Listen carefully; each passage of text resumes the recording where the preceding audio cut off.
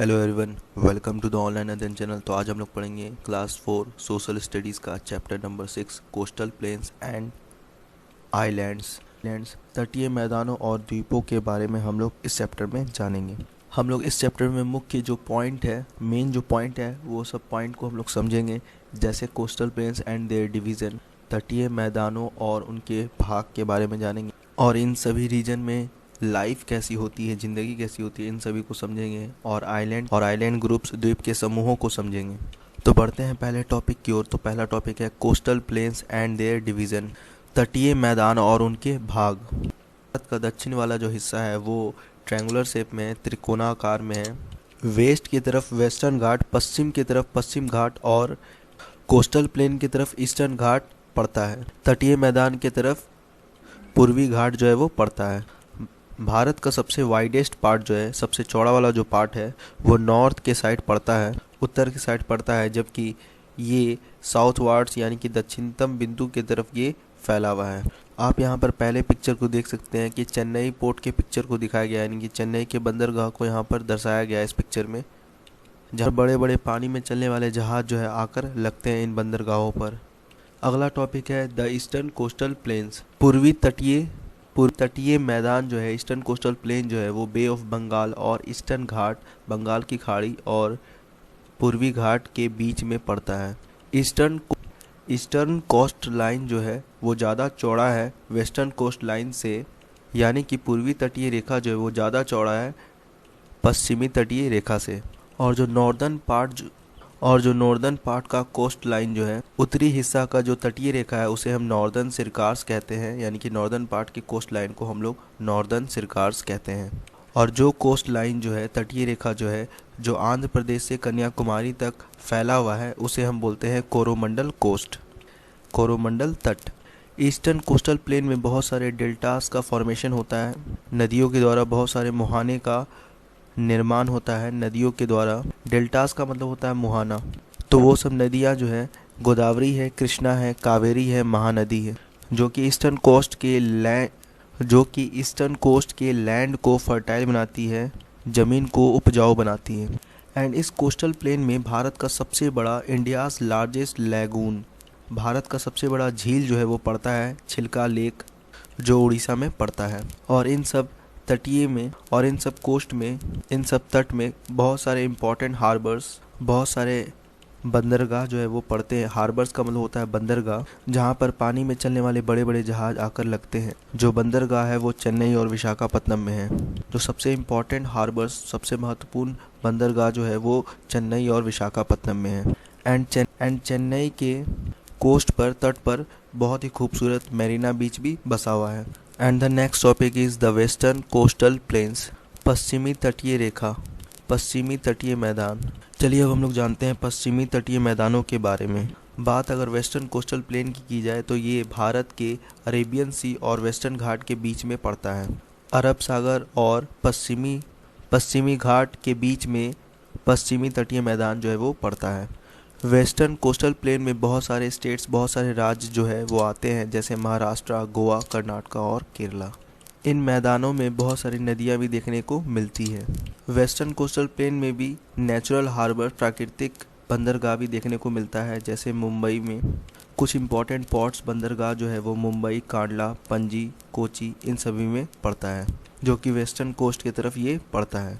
And जो western plane है, पश्चिमी मैदान जो है वो 3 भागों में बटा हुआ है, Gujarat coast, Konkan coast and Malabar coast. बात अगर गुजरात कोस्ट की जाए तो ये नॉर्थ की तरफ, कोंकण कोस्ट जो है वो मिडिल की तरफ, बीच में, एंड मालाबार कोस्ट जो है साउथ की तरफ बसा हुआ है। एंड कोंकण कोस्ट को पेट्रोलियम डिपॉजिट के नाम से भी जाना जाता है, जैसा कि आप यहाँ पर पिक्चर में देख सकते हैं। बॉम्बे हाई का ये पिक्चर है, जहाँ पे पेट्रोलियम को एक्सट्रैक्ट किया जा रहा है। पेट्रोलियम यानी कि पेट्रोल, डीजल, ये सभी को निकाला जा रहा है, तेलों को बाहर निकाला जा रहा है। इस पिक्चर को आप लोग गूगल पर भी सर्च करके देख सकते हैं, बॉम्बे हाई का पेट्रोलियम। इस पिक्चर को आप लोग गूगल पर भी देख सकते हैं, बॉम्बे हाई से कैसे पेट्रोल को निकाला जाता है। अब बात करते हैं उस रीजन में लाइफ यानी कि ज़िंदगी जो है वो कैसी होती है। भारत में जो कोस्टल प्लेन है वो कई राज्यों को कवर करते हैं। भारत के जो तटीय मैदान हैं वो कई सारे राज्यों को कवर करते हैं, जैसे Gujarat, Goa, Kerala and Orissa. And union territory में दमन एंड दीव, दादर एंड नागर हवेली दो मुख्य यूनियन टेरेटरी है जो वेस्ट कोस्ट की तरफ बसा हुआ है, पश्चिमी तट की तरफ बसा हुआ है। एंड ईस्ट कोस्ट की तरफ, पूर्वी तट की तरफ पुडुचेरी यूनियन टेरेटरी जो है वो बसा हुआ है। पहला टॉपिक है गुजरात। गुजरात के कैपिटल सिटी की बात की जाए तो गांधीनगर है। गुजरात के लोग गुजराती लैंग्वेज में बातें करते हैं और वहाँ का सबसे फेमस पॉपुलर फोक डांस है, लोक नृत्य जो है वो रास गरबा है, जो गुजरात का फेमस लोक नृत्य है। जो गुजरात का सबसे ज़्यादा फेमस रास गरबा जो है वो गुजरात का पॉपुलर फोक डांस है, लोक नृत्य है, फेमस लोक नृत्य है। एंड वहाँ के लोगों के कपड़ों की बात की जाए तो वहाँ पर जो मैन है, पुरुष जो है वो चूड़ीदार पैजामा और कुर्ती वगैरह पहनते हैं, जबकि महिलाएं जो है वो साड़ी, ब्लाउज़ और लहंगा और चोली पहनती है। आप यहाँ पर इस पिक्चर में देख सकते हैं ये गरबा का डांस जो है वो दिखाया गया है। एंड गुजरात के मुख्य फसल, मेन क्रॉप्स की बात की जाए तो वेट, कॉटन, शुगर केन, जौर और बाजरा है, जो बहुत ज़्यादा प्रोडक्शन होता है वहाँ पर। एंड गुजरात का अहमदाबाद जो शहर है वो डेयरी फार्मिंग, दूध उत्पादन के लिए भी जाना जाता है। एंड अहमदाबाद में बहुत सारा टेक्सटाइल मिल्स जो है, कपड़े के उद्योग जो है वो लगे हुए हैं। और गुजरात का सबसे बड़ा शहर भी अहमदाबाद कहलाता है। और कुछ और एंड गुजरात में पेट्रोलियम और नेचुरल गैस जो है वो अंकलेश्वर जगह से निकाला जाता है। एंड गुजरात के वे लोग जो कोस्टल एरियाज़ में रहते हैं, तटीय क्षेत्र में रहते हैं, वे लोग पानी को सुखाकर नमक बनाते हैं। एंड गुजरात में सबसे फेमस नेशनल पार्क है गिर नेशनल पार्क, जो एशियाटिक लायन के लिए जाना जाता है। एंड गुजरात में सबसे फेमस नेशनल पार्क है गिर नेशनल पार्क, जो एशियाटिक लायन के लिए जाना जाता है। Now the next topic is Goa, जो महाराष्ट्र के दक्षिण वाले हिस्से में, साउथ वाले हिस्से में पड़ता है, जो काफ़ी सबसे एंड ये जो गोवा है ये बहुत ही छोटा स्टेट है, बहुत ही छोटा राज्य है। इसके कैपिटल की बात की जाए तो पणजी है। गोवा मिनरल के लिए भी जाना जाता है, जैसे आयरन और जो है वहाँ पर एक्सट्रैक्ट किया जाता है, निकाला जाता है। गोवा माइनिंग यानी कि खुदाई के लिए भी जाना जाता है, वहाँ पे बहुत बड़े बड़े इंडस्ट्री जो है वो लगे हुए हैं। गोवा का सबसे मेन फेस्टिवल की बात की जाए तो क्रिसमस है, मुख्य त्यौहार की बात की जाए तो क्रिसमस है। गोवा में हर साल टूरिस्ट यात्री जो है बड़ी संख्या में आते हैं घूमने के लिए, वहाँ के खूबसूरत बीचेस और चर्चेस का आनंद लेते हैं। वहाँ के फेमस चर्च की बात की जाए तो सेंट जेवियर चर्च है, जो पणजी में पड़ता है। आप यहाँ पर गोवा के विगेटर बीच को देख सकते हैं, यहाँ पर पिक्चर में बहुत ही धुंधला है, बट आप यहाँ पर देख सकते हैं, आप लोग गूगल भी कर सकते हैं। तो चलिए अब आगे बढ़ते हैं केरला की ओर। तो केरला के पिक्चर को देख लिया जाए। यहाँ पर स्नेक बोट रेस है, जो यहाँ पर हर साल आयोजन किया जाता है केरला में, स्नेक बोट रेस ओनम के फेस्टिवल के दिन। चलिए केरला के बारे में पहले जान लेते हैं। केरला जो है वो साउदर्न मोस्ट इंड वाले हिस्से, वेस्टर्न कोस्टल रीजन वाले हिस्से में बसा हुआ है। Kerala lies on the Malabar coast, Malabar तट के तरफ केरला जो है वो बसा हुआ है। केरला जो है वो पाम के पेड़, ग्रीन फील्ड्स, हरे भरे मैदानों एंड लेगून्स और झीलों के लिए जाना जाता है।